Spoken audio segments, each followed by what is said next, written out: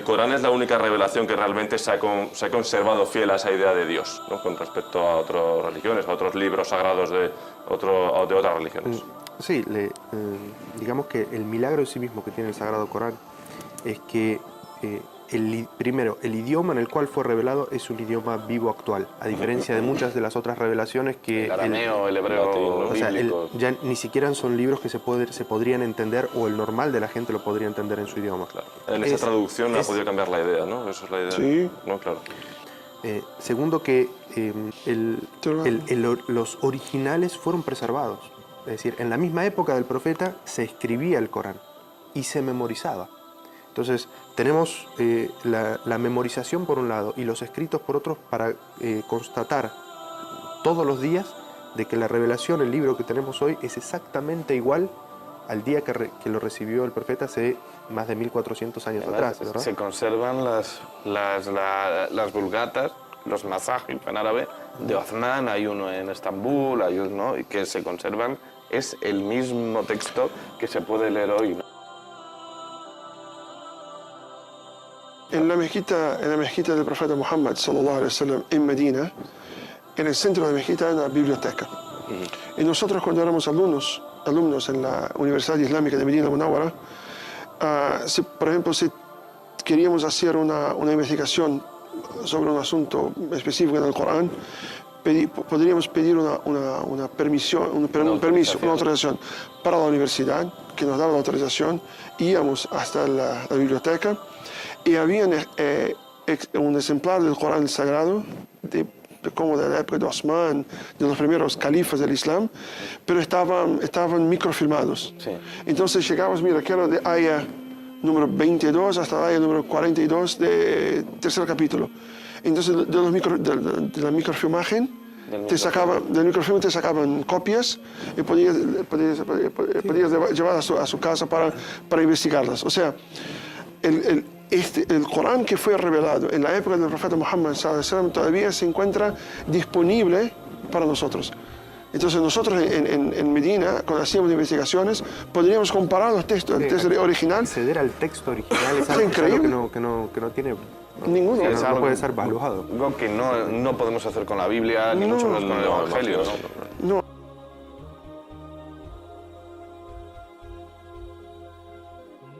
Y dijiste el problema de las traducciones, y volvimos al problema de las contradicciones entre los profetas. Muchas de las contradicciones que existen entre una religión y otra, entre un libro, viene del problema de la traducción. Sí, del problema de la traducción. Cualquier persona que está en una asesina ahora puede hacer el test, que habla 2 o 3 idiomas perfectamente bien, por ejemplo, el español, el árabe, acá. Si va a pasar del árabe para el español, del español para el árabe, del español para el inglés para todo, va a perder algo.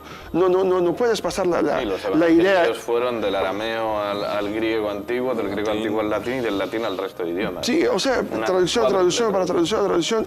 Yo, por ejemplo, cuando empecé a estudiar el árabe, es un idioma semita, yo tuve acceso a la Biblia en árabe, que es más próxima del arameo. Sí.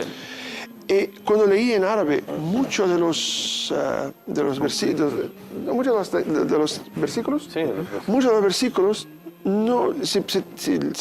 yo me recordaba de ellos en portugués, no hacían sentido. Pero no tenían el mismo otra Biblia. No tenía el mismo sentido. Vi que era un texto muy distinto del portugués y del árabe. Y ni el portugués y ni el árabe es el idioma original de la Biblia. Y eso es lo que nos da a nosotros los musulmanes una enorme tranquilidad de que tenemos el texto tal cual fue pronunciado por Dios. Es decir, como Él lo reveló, en el idioma que se reveló, en ese idioma lo tenemos conservado y sobre ese texto es que hacemos todos los estudios. Es decir, cuando queremos sacar conclusiones teológicas o conclusiones jurídicas, lo hacemos sobre el original, no sobre una traducción que ya es una interpretación de un ser humano.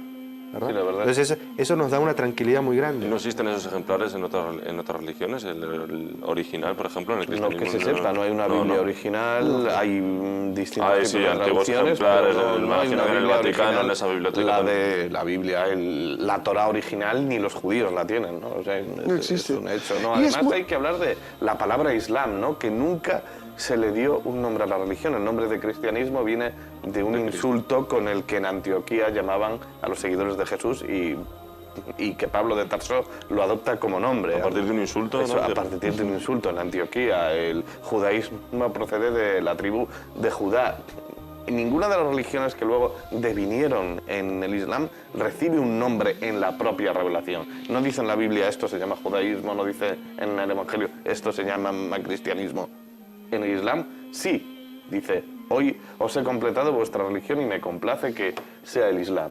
اليوم أكملت لكم دينكم وأتممت عليكم نعمتي ورضيت لكم الإسلام دينا. ¿No? Esto es importante, Y ¿no? el Islam, originalmente la palabra Islam, proviene de lo que significa la entrega o la sumisión voluntaria a Dios. Es decir, que el concepto de todos los profetas, ellos enseñaron la misma teología y los mismos principios, ¿no? Podía variar la forma, pero los mismos principios. Para nuestra concepción, todos los profetas enseñaron Islam. Entonces, cualquiera fuera la expresión en cualquier lugar del mundo, ellos lo que practicaban y creían era el Islam. Entonces, eso también nos hace ser parte de una creencia y de una práctica completamente universal, ¿no es cierto? شهد الله أنه لا إله إلا هو والملائكة وأولو العلم قائما بالقسط لا إله إلا هو العزيز الحكيم إن الدين عند الله الإسلام. Del mensaje del Islam sostenemos como musulmanes que el mensaje de Mohammed es el único, al ser el último, fue el único que fue enviado con intención de que sirviera a toda la humanidad. Entonces, el mensaje de Jesús no sería para la humanidad, ¿no?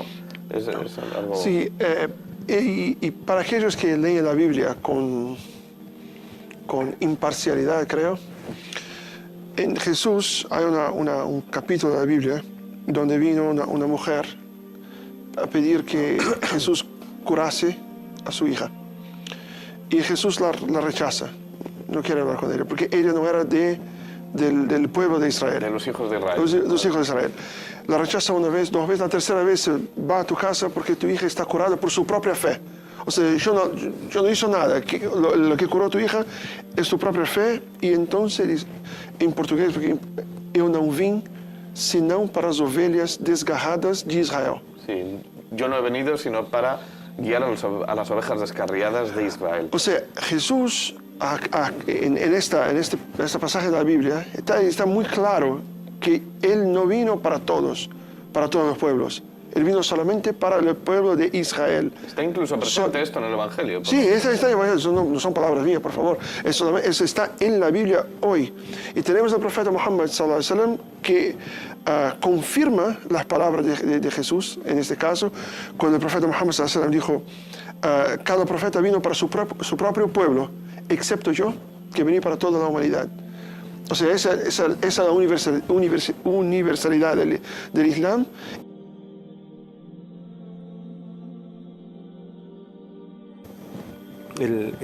La característica especial que tiene el Islam en ese aspecto es que como tenemos preservadas las fuentes, ¿no es cierto? Tanto el Sagrado Corán como las enseñanzas mismas del profeta Muhammad fueron preservadas, eso permite que todas las personas de todas las épocas puedan acceder a esa información y por lo tanto todas puedan seguir el mismo camino, ¿verdad? O sea, eso también, a diferencia de otras religiones en las cuales el acceso al conocimiento es solamente a través de algunas personas, mientras que en el Islam todas las personas tienen acceso a ese conocimiento. Y como dijo el profeta Muhammad, este último mensaje, todos nosotros tenemos la responsabilidad de hacer llegarlo a las personas, informarle a las personas sobre este último mensaje. Y en los medios de comunicación a veces es muy gracioso ver de que si se encuentra algo que tiene 200 años de antigüedad, paleontólogos en tal lugar hicieron una misión y encontraron una vasija que tiene 800 años de antigüedad, entonces sacan y se le da como algo, una noticia con muchísima importancia. Y nosotros tenemos un libro que tiene 1400 años de antigüedad en la cual está reflejada la revelación y como que no, o sea, a eso no se le da ninguna trascendencia ni ninguna importancia. Es decir, si se diera una información, diciendo, bueno, si los paleontólogos llegaron a una cueva y en esa cueva encontraron un libro que tiene las enseñanzas reveladas hace 1400 años y está intocado ese libro, o sea, no tiene ninguna, si le dieran esa óptica a la información, digamos que sería una noticia que saldría en todos lados, sí, ¿verdad? Pero ahí está, nosotros lo tenemos.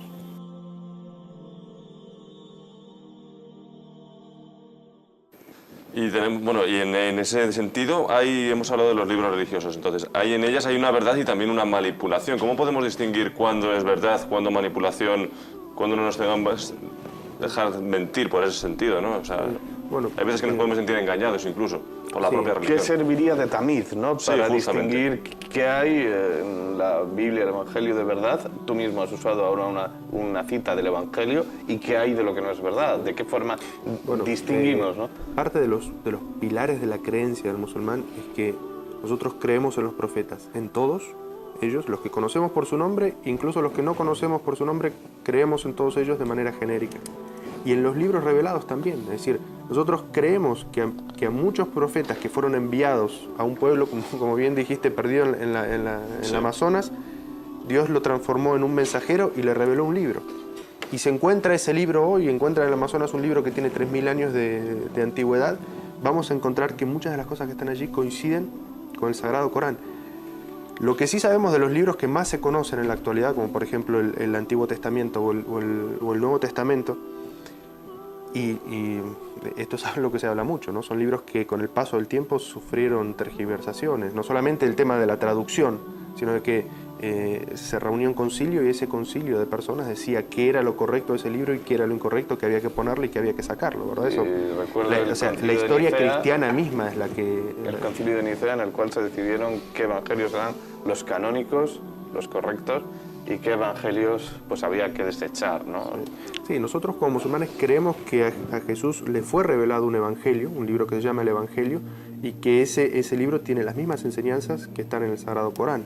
Entonces, el tamiz, lo que nos diferencia, es que aquellas cosas que coinciden con la revelación, que nosotros sabemos que está impoluta, como es el Sagrado Corán, que no ha sufrido ninguna tergiversación porque allí están los originales para probarlo, y la memorización de cientos de miles de personas desde ese momento hasta el día de hoy, lo que coincide, sabemos que es parte de la revelación que está allí preservada.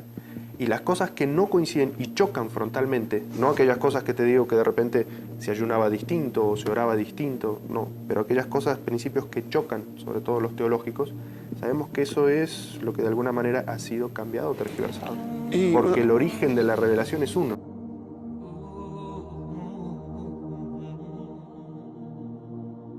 Y estabas hablando del concilio de Nicea. El concilio de Nicea, ¿quién lo presidió? ¿Quién era el presidente del concilio? Constantino, me parece. Constantino. Y Constantino era un rey pagano. O sea, no era cristiano. No era cristiano. Él fue bautizado después... El día de su muerte. No, después, cuando ya estaba muerto, fue bautizado. Sí, cuando estaba muerto. Entonces, la manera que la Biblia fue compilada es muy... O sea, sí, deja un montón de dudas, sí. Se podría decir en ese sentido que la religión es la misma, es la ley de adoración, ¿no? Digamos, son las reglas las que cambian, pero el fondo de la religión, el concepto, la unicidad siempre es el mismo. وتلك حجتنا آتيناها إبراهيم على قومه نرفع درجات من نشاء إن ربك حكيم عليم ووهبنا له إسحاق ويعقوب كلا هدينا ونوحا هدينا من قبل ومن ذريته داود وسليمان وأيوب ويوسف وموسى وهارون وكذلك نجزي المحسنين وزكريا ويحيى وعيسى وإلياس كل من الصالحين وإسماعيل واليسع ويونس ولوطا وكلا فضلنا على العالمين ومن آبائهم وذرياتهم وإخوانهم واجتبيناهم وهديناهم إلى صراط مستقيم ذلك هدى الله يهدي به من يشاء من عباده ولو أشركوا لحبط عنهم ما كانوا يعملون أولئك الذين آتيناهم الكتاب والحكم والنبوة فإن يكفر بها هؤلاء فقد وكلنا بها قوما ليسوا بها بكافرين أولئك الذين هدى الله فبهداه مقتده قل لا أسألكم عليه أجرا إن هو إلا ذكرى للعالمين